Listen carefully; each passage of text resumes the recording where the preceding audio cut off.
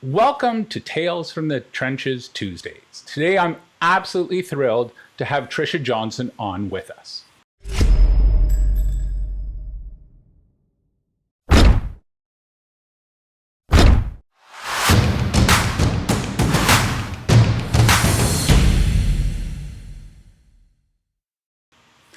Tricia is the Director of Communications and Development at the Ottawa Food Bank. She's passionate about building genuine relationships with people.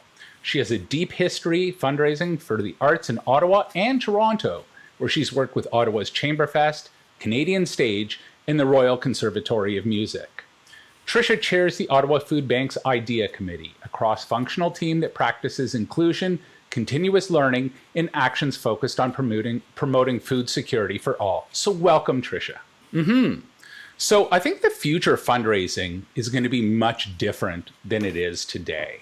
I think with a whole bunch of different areas, one of the areas that we look at is deferred giving or bequest giving. We're seeing this intergenerational transfer of wealth that everyone is talking about. But I don't know about you, but I haven't seen huge transfers of wealth to charities yet. So I was just wondering if you could speak a little bit about that kind of intergenerational transfer of wealth that's happening, or that's supposedly happening. When it comes to planned giving, we are definitely making gains, which is fantastic. We have an annual event called the Joint Estate Planning Seminar that we organize with several charities across Ottawa. And that's become it's a part of our calendar. And now that people can attend it virtually, I think that there's a real interest in getting the information and being able to act on it when they are ready. And also having a little bit of distance, I think, has definitely benefited some of the donors because they don't feel pressured, if you will, to act right away. They can do it on their own time. But one of the ways that I'm seeing an intergenerational transfer of wealth is when I'm having conversations with families about the gifts that they can make. We'll talk about an opportunity that they can invest with in the Ottawa Food Bank. And oftentimes there are people who will either bring the next generation saying, I want so-and-so to be a part of this because they're going to be the decision makers going forward. And that's been really interesting. And then even on a different level, I was talking about some of the times when we bring in people to the Ottawa Food Bank in particular for just a visit, talk about what it is that we're doing. People often ask if they can bring younger children because they want to expose them to what it means to give back to the community as well. So I see it on both a very basic level, introducing the idea of giving back and that not everyone has their needs met. And, we often need a helping hand or a hand up. And then I see it on the other level when it's at the level of foundations and family wealth and making sure that it's not just mom and dad who are making this gift. It's the children who are now adults and are going to be having a say in how the family's priorities, how they're going to invest in them. Yeah, that's so important that kind of every generation has its own voice and that everyone is kind of well represented.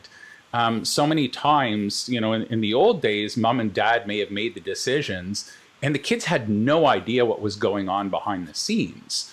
Have you been finding, though, that when people have chosen to leave the Ottawa Food Bank in their estate planning, that you guys are one of many charities? Yes. Or that, so that's always kind of been my theory, is that it's much easier to be added to that list of people that are already leaving something in their will to charity than to try to convince someone of the merit of leaving a bequest to a charity in the first place.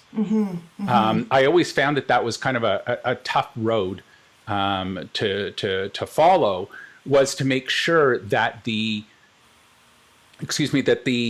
family is on board and that there's numerous charities that are there. So it's not just one pet charity. And in this way, it kind of spreads it about amongst a whole bunch of different organizations. Absolutely. I think it's a real reflection of what a person's values are.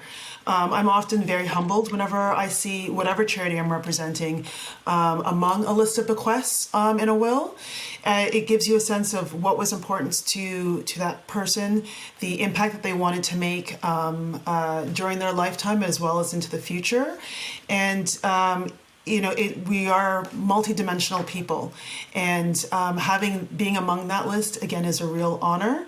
And so usually whenever I do approach the conversation about planned giving, it's a very, very soft. If this is a gift that you're considering, if you're considering including charities in your will, we would be honored to be among those that you choose. Yeah. And, one of the things that I think that COVID has done is the lawyers have just made a fortune, right? So there's a whole bunch of things the lawyers have made a fortune on. Number one is divorces are up. Two are bankruptcy filings are up, or new businesses are up. And number three is so many people looked at their own mortality during these last 2 years and who have been putting off updating their will or even having a will in the first place, that they've been actually creating their will and starting to give some real thought to that. Right. So have you seen like an influx of people?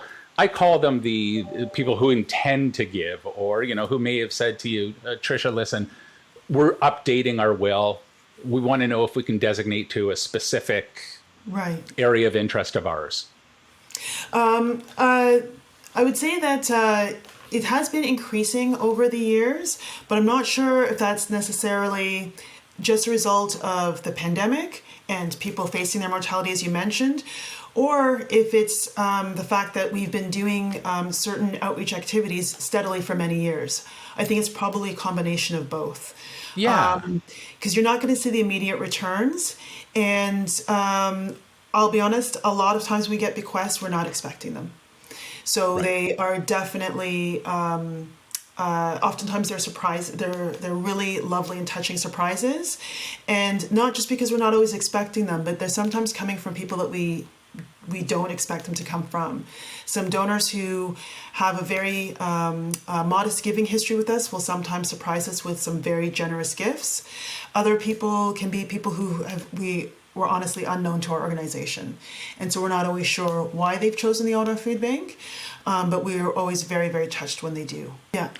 So we're finding that, the face of fundraising is also starting to change. We're starting to get more and more representation. You are fortunate enough to work in an organization that is female-led. Yes. And where I find a huge disconnect in the fundraising world is, I would probably say 3/4 to 85% of the people who work in nonprofits are female. But when you get to the C-suite, it's certainly not as representative as the mass of the folks who work in the fundraising world. Do you see that changing? Do you see any conscious effort to kind of promote from within?